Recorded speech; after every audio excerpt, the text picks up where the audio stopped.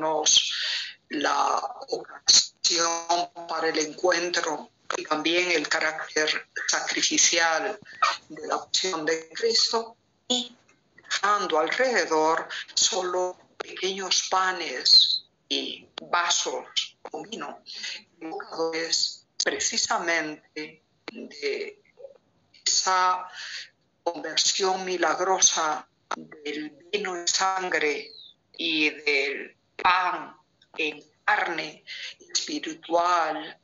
Esto se produce por sus palabras de consagración en esta última cena.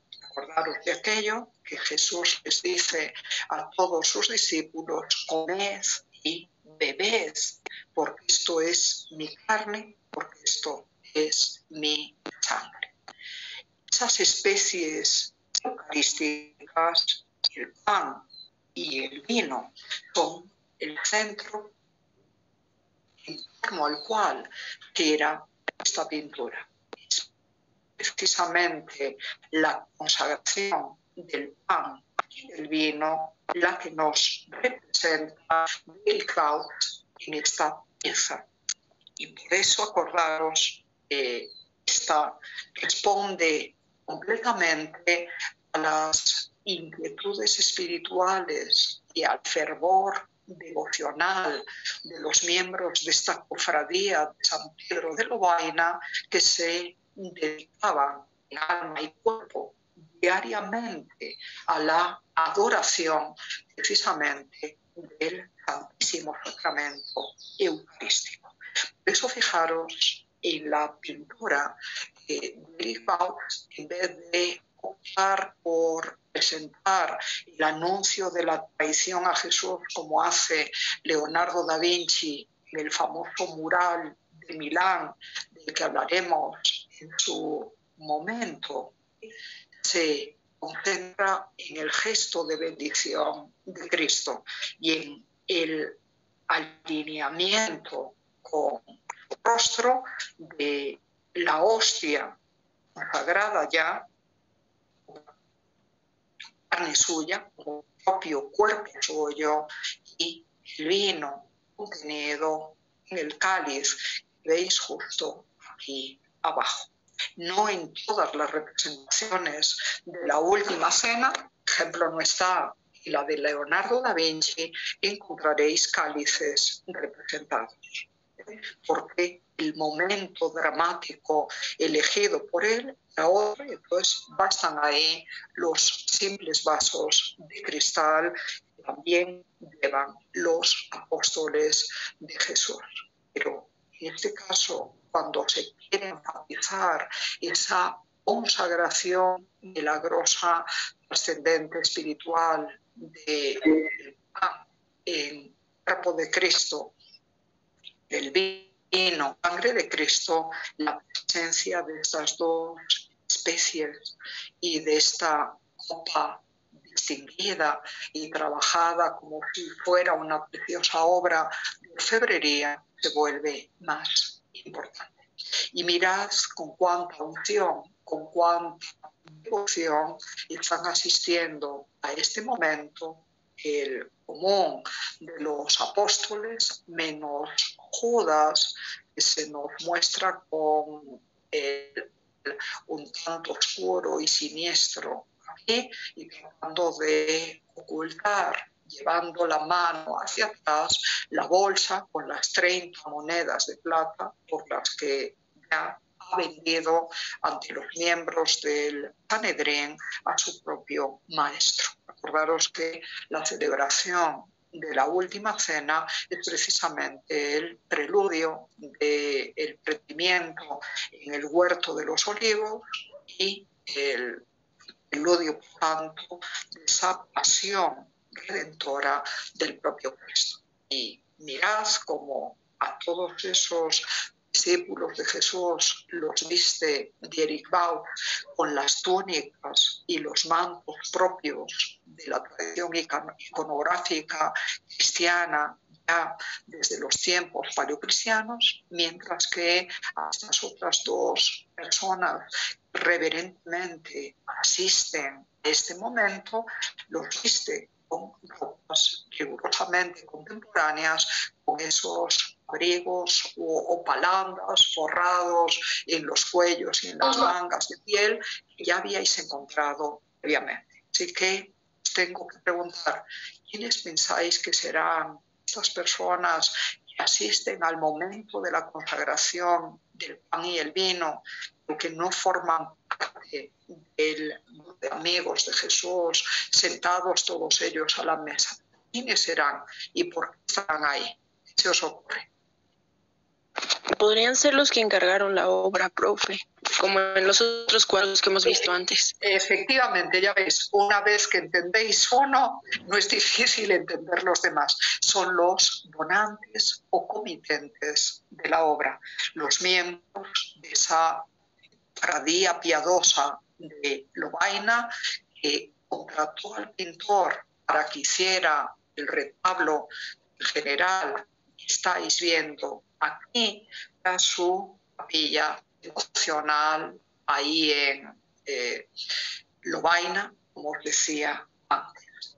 Y una vez más quieren sentirse partícipes de la escena. Como habéis visto a los otros donantes en los otros casos, ellos costearon la pieza, son los clientes del artista, ellos pagaron por la pieza para donarla a su propia capilla. Así que los que pusieron más dinero en este encargo aparecen, como veis, más próximos a Jesús y representados de cuerpo entero, aunque no se vea del todo, pero por lo menos de medio cuerpo. En esta posición de aquí, posiblemente este señor haya sido el mayordomo de esta compañía.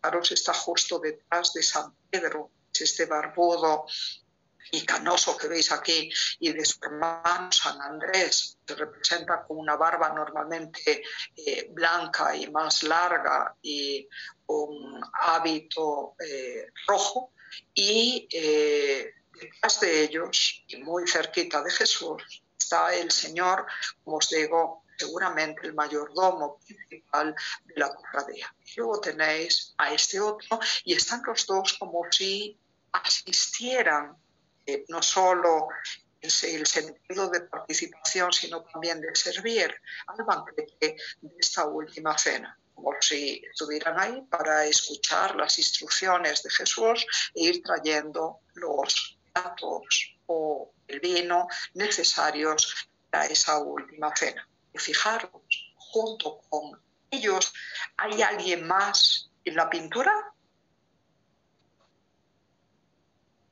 Hay como, no sé si es una ventanita, profe, o un retrato, pero como que detrás del otro. Aquí, ¿verdad? Veis esto de aquí y ahí aparecen dos más. A manera efectivamente de retrato doble de 3/4 y de busto contra fondo oscuro, igual que habéis visto en los casos anteriores. Y como decías tú, ¿quién ha estado hablando antes? He oído a un chico y a una chica. Soy. Sí, yo, profesor Cristian. Hola, Cristian. Y la chica. Martina. Hola, Martina. Me parecía que podía ser tú. Bueno, pues efectivamente, tus dudas son perfectamente comprensibles, Martina, porque el artista David Baut juega a propósito al engaño y a confundirnos y a hacernos dudar, no dejándonos ver muy bien si esto pretende ser un retrato con su propio marco colgado de la pared, de esta pared del fondo, perfectamente proporcionada en altura con todos estos personajes, como veis, o si pretende ser la ventanita que une el salón de la comida a la cocina detrás. Y la pista para eso, fijaros, nos la da esta contravida hacia adelante, en perpendicular y dispuesta horizontalmente, a manera de bandeja sobre la cual tenemos un plato, como los que podrían estar en esta mesa. ¿Te das cuenta? El querer jugar, engañar el ojo y que el cerebro piense, ¿qué estoy viendo ahí? es un cuadro colgado de la pared o es una ventana que por corresponder a una habitación de menor categoría está oscura y sobre ella nos deja resaltar los bustos de estos dos personajes, ese juego de incertidumbre es el buscado a propósito por Derek Ball con todo esto. Pero en cualquier caso, estas personas que vemos atrás están también muy atentas a lo que acontece en torno a esta mesa, son también testigos contemporáneos, obviamente en términos espirituales, de esta última cena, como lo son estos dos presentes físicamente en el espacio y de cuerpo completo. Obviamente ellos también son parte de la cofradía que encargó esta pieza. También pagaron a Eric Klotz por la ejecución de todo el retablo, pero posiblemente hayan aportado menos estos dos que estáis viendo aquí y por eso su tamaño es más discreto, están más postergados, quedan al fondo, como si asistieran desde la otra habitación o como si asistieran en Fiege. Resulta fascinante la imaginación del artista y veréis estos juegos incluso en la pintura barroca del siglo XVII. Velázquez, en su etapa sevillana marcadamente naturalista, tiene representaciones como la de Cristo en casa de Marta y María, en donde todo el primer plano, la mayor parte de la superficie del cuadro, dedicado a mostrar una cocina en donde unas mujeres están preparando los alimentos, particularmente una de ellas madura, y luego se ve como una ventanita en la pared y a través de ella vemos a Jesús hablando con María, la hermana de Marta, como si estuviera en la habitación del fondo, pero también jugando a la ambigüedad y dejándonos dudar si está en la habitación de atrás o si está en un cuadro pegado de la pared. Es un recurso que, como veis, inventan estos pintores flamencos poco después de mediados del siglo XVI. Este tríptico, como os decía antes, le fue encargado hacia el 1465 y se va a mantener en la historia de la pintura occidental todavía en la época barroca y obviamente si queréis vosotros podéis jugar también con ese recurso opositivo. Os decía, la perspectiva es monofocal aquí a través de las ventanas de marco y tracería gótica vemos algo del paisaje del fondo, igual que sucede por esta puerta, mientras que los elementos de mobiliario y las columnas y arcos interiores también continúan con esa línea gótica. Por eso describimos a este tipo de pintura, aunque sea ya de la segunda mitad del siglo XV, como pintura gótica flamenca, que se hace en las ciudades y en las tierras de Flandes, y de ahí, como os decía, ya desde antes de 1450 se empezó a expandir por otros territorios europeos. Como veis, las vigas de madera de los techos son un elemento muy eficaz para ayudar al artista a sugerir esa sensación de profundidad espacial que aquí está tan controlada conforme a las reglas matemáticas de la perspectiva monofocal y científica, aunque como os digo, este punto de fuga que queda justo en la cabeza de Jesús no se aplica a la habitación secundaria ni tampoco a lo que vemos por fuera. El juego de las luces y de las sombras es igualmente destacado, la plasmación de la textura, los pliegues grados a la manera que ya estáis acostumbrados a ver desde el tiempo del maestro de Flemal, también están presentes aquí y solo, como os decía, fijaros en esos cuerpos aspecto un tanto frágil, muy delgado, muy esbelto, y a esa complexión marcadamente huesuda, como si casi no tuvieran carne y la piel estuviera muy tensa y muy estirada sobre el cráneo, nos manifiestan los personajes junto con esa expresión de sentimientos interiores profundos, y de emociones claras, pero mucho más contenidas que las que veíais en la obra de Roger van der Weyden. Complementando el tema principal, que es la última cena, la consagración eucarística, y el artista, a la manera que hacían los curas en los sermones de la época, ligando el Antiguo con el Nuevo Testamento, nos muestra otras comidas místicas del pasado. Y entonces aquí veis a Melquisedec, rey de Salem, ofreciendo pan y vino al patriarca Abraham cuando llega a su territorio, a la tierra prometida con su gente. Aquí tenéis a los hebreos recogiendo el maná en el desierto. También podría representar la ofrenda de Abraham a los ángeles, pero en definitiva son otros momentos de referencia.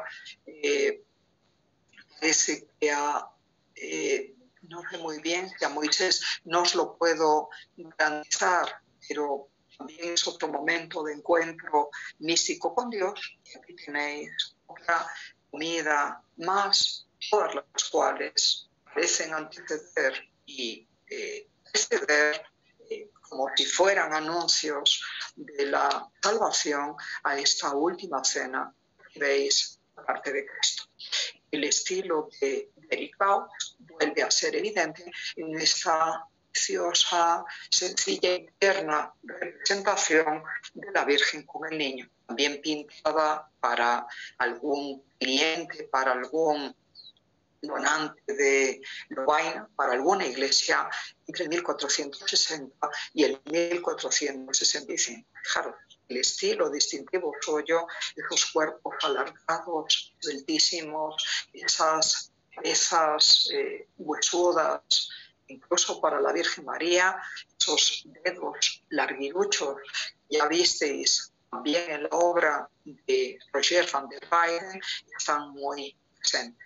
Pero su particular manera de entender la figura femenina o a los niñitos, en el gótico flamenco suelen ser larguiruchos y más bien flaquitos, a diferencia de los niños italianos más regordetes y con carnes más blanditas. Está presente. Fijaros como también aquí la imagen devocional se nos destaca entre el fondo plano. Y fijaros la expresión de amorosa contemplación y al mismo tiempo de resignación de la Virgen María hacia el niño Jesús, que luce confiado en su regazo venido al mundo para redimir el pecado original evocado por esa manzana que nos recuerda a Adán y Eva, que sostiene sus manos.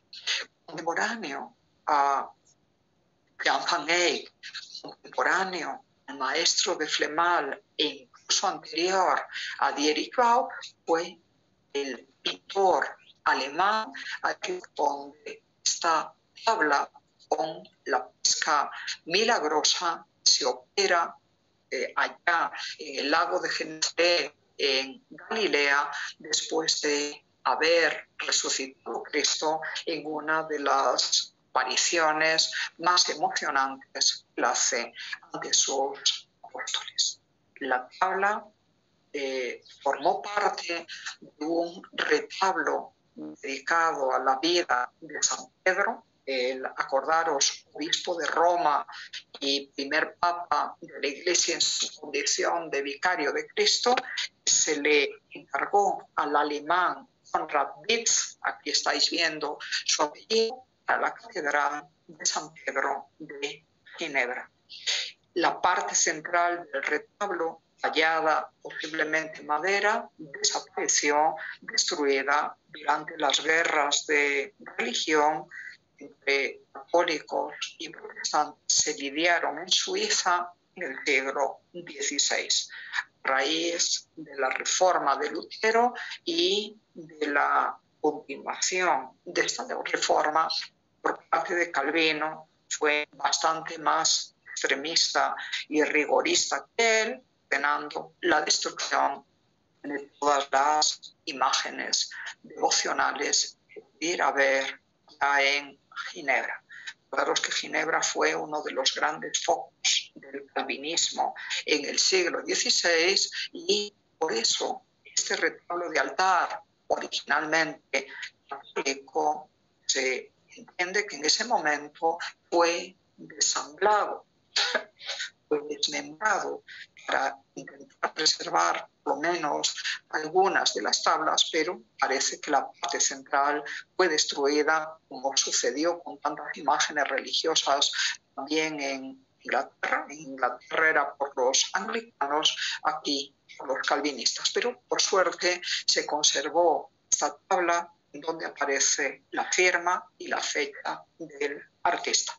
El artista, os estoy diciendo, era de origen alemán, pero como tantos otros a lo largo de la historia, y como le va a pasar también a la familia de Hans Holbein, el joven del que os hablaré cuando tratemos del Renacimiento en Alemania, en Suiza y en Inglaterra, este pintor se trasladó a Suiza, seguramente buscando mejores oportunidades laborales, y vivió en Basilea y en Ginebra. Y allá en Ginebra, el último año de su vida documentada, elaboró este retablo con la historia de San Pedro, del que forma parte precisamente esta tabla.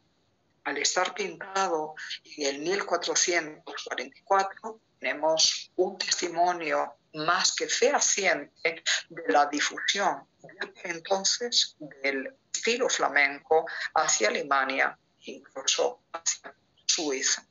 Y como veis, en el tratamiento de las figuras de Conrad Betz llama la atención el excesivamente rígido y quebrado drapeado de las telas, al punto de que parecen casi latas metálicas pintadas y aplastadas o quebradas. Se ve muy claramente en la capa, en el manto de este apóstol pescador, ahí aparece al medio, pero también lo podéis ver aquí en el manto del propio Cristo, recordándonos así lo que os dije ya el primer día. Cuando este estilo flamenco se empieza a imitar, los imitadores tienden a exagerar sus recursos más llamativos, como es el caso del drapeado de las figuras.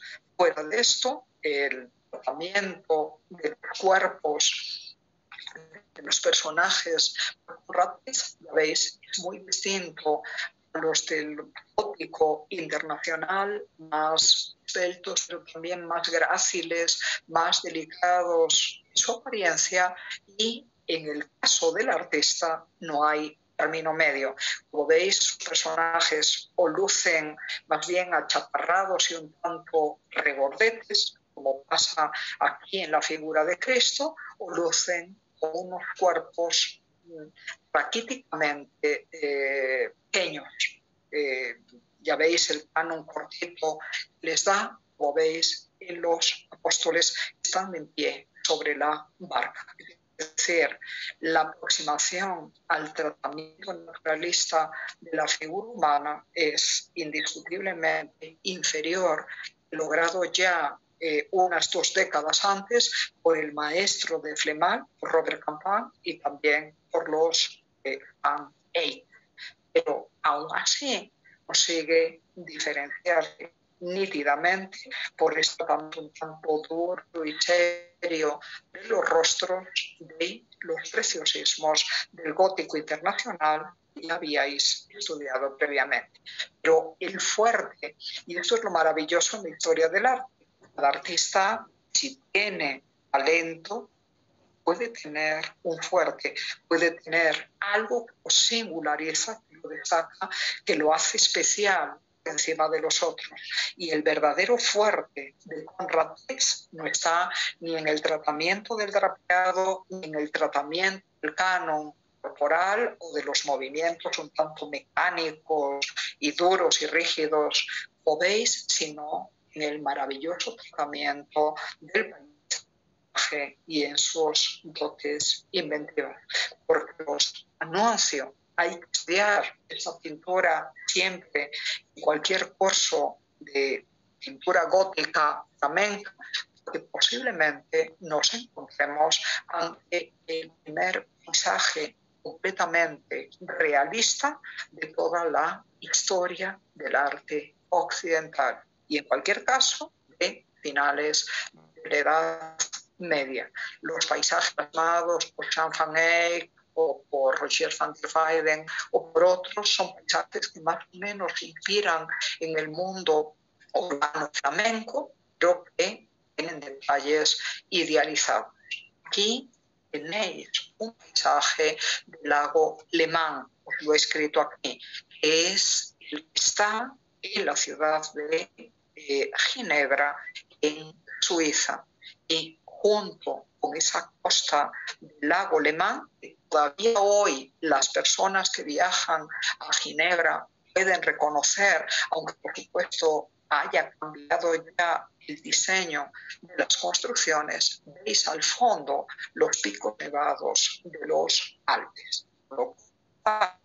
Lo que hizo Conrad Bitz aquí fue una transposición del lago de Genesaret, donde se da la aparición milagrosa del Cristo resucitado al alborear la mañana y después de que Pedro y los otros apóstoles estuvieran en vano intentando pescar a la noche, y al hacerse el día, y fijaros cómo plasma también Conrad Bitz maravillosamente bien las primeras luces de la mañana, cuando todavía no ha despuntado el sol sobre la línea de horizonte, están volviendo a la costa, ven allá en ella a un hombre que les recomienda que tiren las redes del otro lado de la barca. Quien sepa algo de pesca sabe que la buena pesca se hace por la noche, no por el día. Y por eso Pedro y sus amigos habían ido a pescar por la noche, pero aún haciéndolo por la noche no encontraron ningún buen banco de peces, sobre todo alejados de la costa, y quedan perplejos y sorprendidos cuando este desconocido les recomienda que tiren las redes ahí a la orilla casi de la costa cuando ellos ya están volviendo. Es un momento de vacilación. ¿Cómo puede ser eso posible si no han encontrado nada en toda la noche? Pedro, que es el jefe de la embarcación, le da órdenes a sus compañeros de que hagan lo que el señor extraño les dice. Él ya presentía que podía ser el maestro, y para su sorpresa las redes salen tan rebosantes de peces que están a punto de romperse. Es lo que está diciendo aquí. Y en ese mismo momento el atónito Pedro, que es el hombre que está diciendo aquí, salta de la barca y va riendo, mojándose obviamente las ropas, al encuentro de Cristo. Está parado aquí en la orilla, justo a donde llega un poquito todavía del agua. Ese es el momento captado por Conrad Bitz.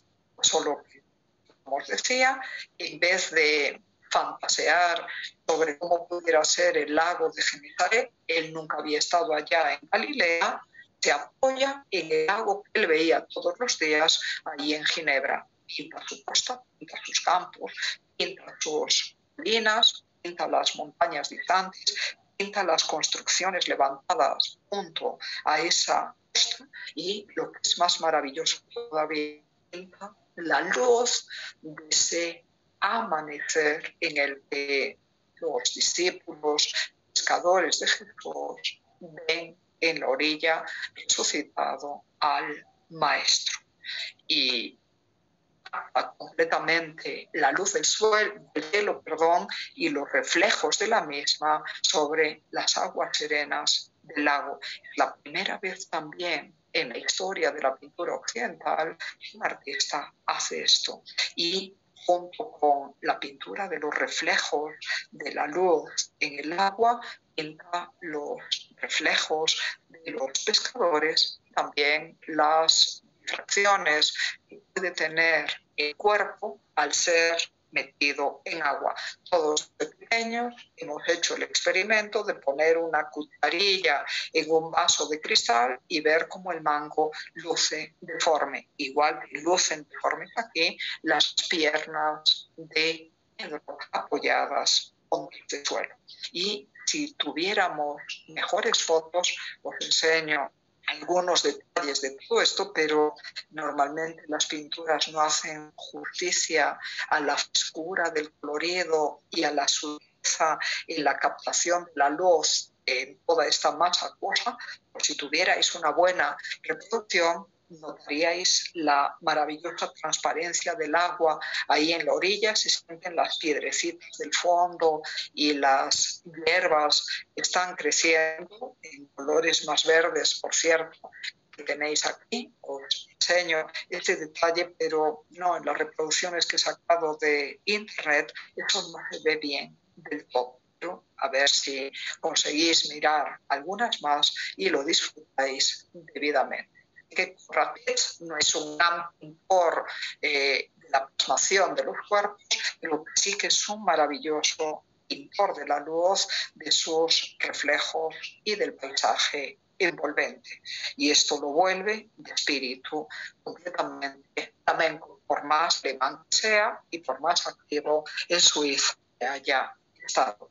Y por eso, precisamente, este tipo de pintura tiene sus concomitancias, tiene sus similitudes con la italiana del Renacimiento, que una y otra consiguen recrear, representar la realidad envolvente del mundo físico. Como veis, los flamencos empiezan antes que los italianos, los flamencos y germanos, seguidores de los flamencos, a describir el paisaje, a describir el ambiente, sus luces y sus sombras. En el mundo italiano de la época esto es todavía un poquito más esquemático, pero los italianos son los innovadores en el desarrollo científico de la perspectiva monofocal y geométrica, y también en el estudio pormenorizado de las proporciones ideales del cuerpo humano, y en el incorporar referencias de la tradición clásica a través de la arquitectura de inspiración antigua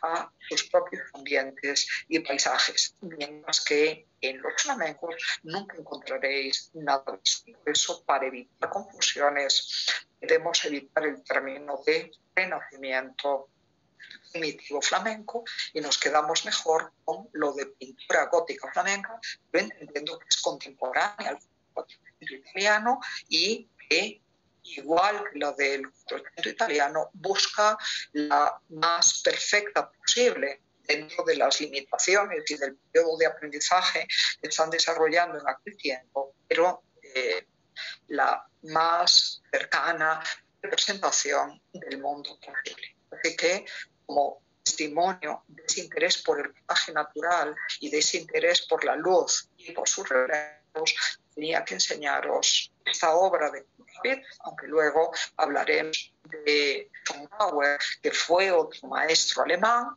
también seguidor de la técnica y del estilo flamenco, pero ya en la segunda mitad del siglo XV. Rapidez fue anterior a él y se le puede ver como todo un pionero en la difusión de ese estilo flamenco por las tierras del centro de Europa. ¿Era clara la idea, por favor? ¿Sí? ¿Entendido?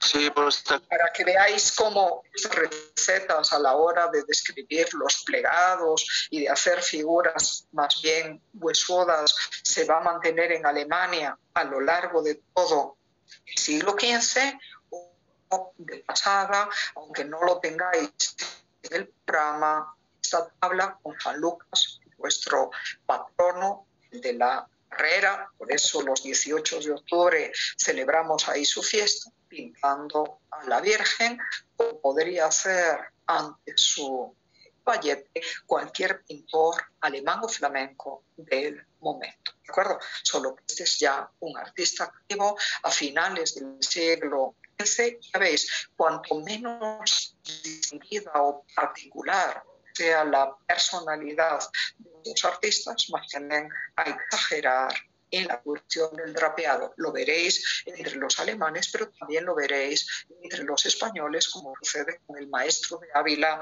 del que ya os enseñaré un testimonio en su momento. Así que vámonos rápido, porque en 3 minutos acaba la clase, luego seguimos con ella hasta las 12 y ahí me corte como me corte el Zoom, me doy por despedida de todos vosotros hasta que me entreguéis el trabajo el próximo lunes.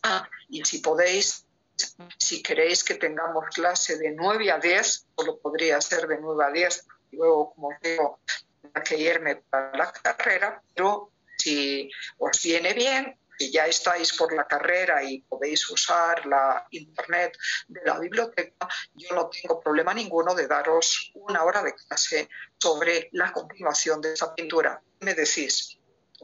¿O no podéis? ¿Os lo hablasteis o me lo confirmáis a lo largo de la semana? Le confirmamos a lo largo de la semana podría ser. De acuerdo. Ya sabéis, sería si hay clase de 9 a 10.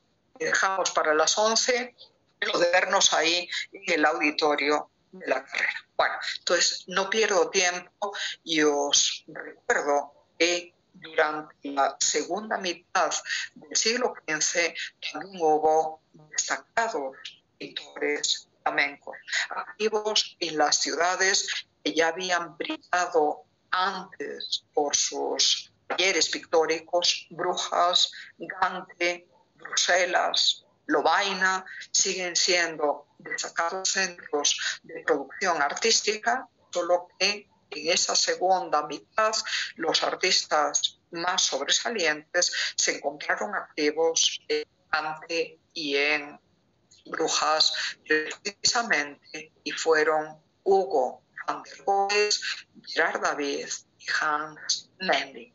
De todos ellos intentaré hablaros en los 20 minutos que nos quedan. Sin duda ninguna, el más sobresaliente de esos 3, y hubo decenas de otros más, de personalidad menos destacada, pero imitadores de los estilos usados por los artistas que os he venido comentando previamente. De todos ellos, el más sobresaliente por la capacidad que tiene para transmitirnos emociones y para describir el paisaje y desarrollar figuras perfectamente creíbles, fue Hugo van der Goes, que solo sabemos que murió en el priorato al que se retiró a vivir en las cercanías de la ciudad de Bruselas en el 1482. Sabemos también que fue aceptado como maestro del gremio de pintores de Gante en el 1467 y que casi una década después fue elegido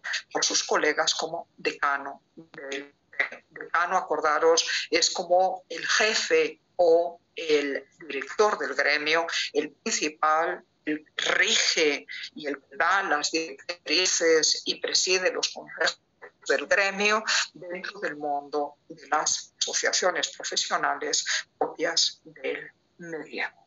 ¿De acuerdo? Y en ese mismo año en que fue escogido decano del gremio, decidió